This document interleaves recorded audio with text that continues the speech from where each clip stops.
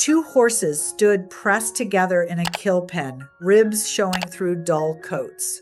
One trembled on legs that could barely hold him. The other watched only him, ears turned toward his friend, waiting. Nobody there yet understood what that watching meant.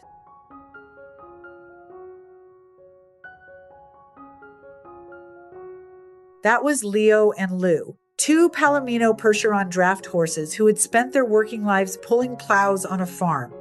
When their bodies gave out, they were discarded without a goodbye, tossed aside like tools no one needed anymore. What stopped the rescue team wasn't just their condition. It was the way Lou leaned over Leo, protective, unwilling to look away, and the way Leo leaned back into him, drawing strength from a friend who refused to leave. Braveheart's Equine Center didn't hesitate. They took them both together, the way they'd survived. The first days were hard.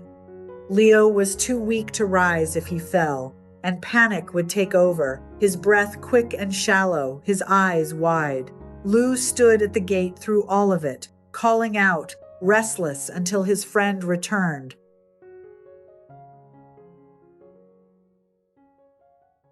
One afternoon, Leo came back from treatment slower than usual, his legs unsteady beneath him. Lou didn't wait by the gate this time. He walked straight to him, lowered his head, and pressed his nose gently against Leo's, checking him the way an old friend checks another after a long absence. Leo let out a breath and leaned into the touch.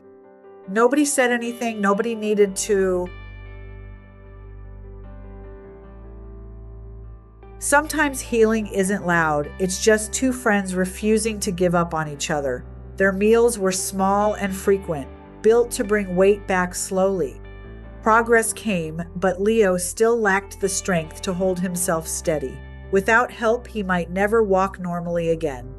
So the team tried something new, an underwater treadmill, where the water took the weight off his legs and let him move without fear of falling.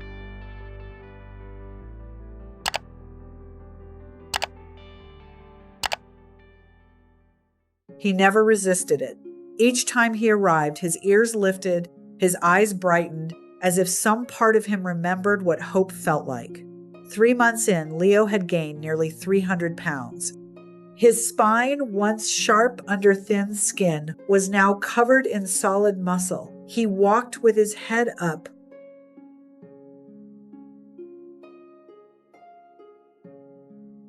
And every time he returned, Lou was there, waiting, a soft nicker rising in his throat. Leo would answer with his own quiet call, and they'd touch noses through the gate, a small ritual that said everything words couldn't.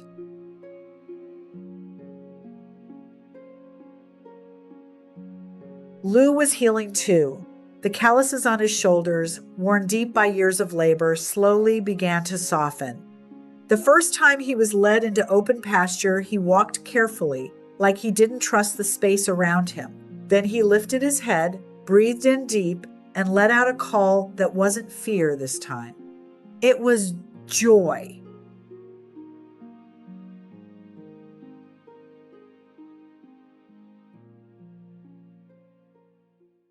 Leo stood a few feet away, simply watching his friend remember what it felt like to be free. Now Leo and Lou share a quiet pasture together.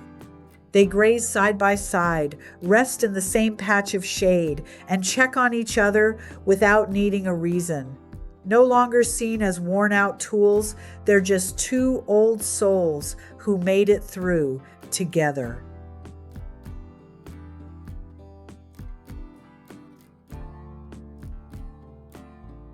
Rescuing a horse changes the shape of their world. But watching Leo and Lou, the way they waited, comforted, and stood guard for one another through the worst of it, it's hard not to wonder which one of them really did the rescuing. What are your thoughts on that? I'd love to hear them in the comments.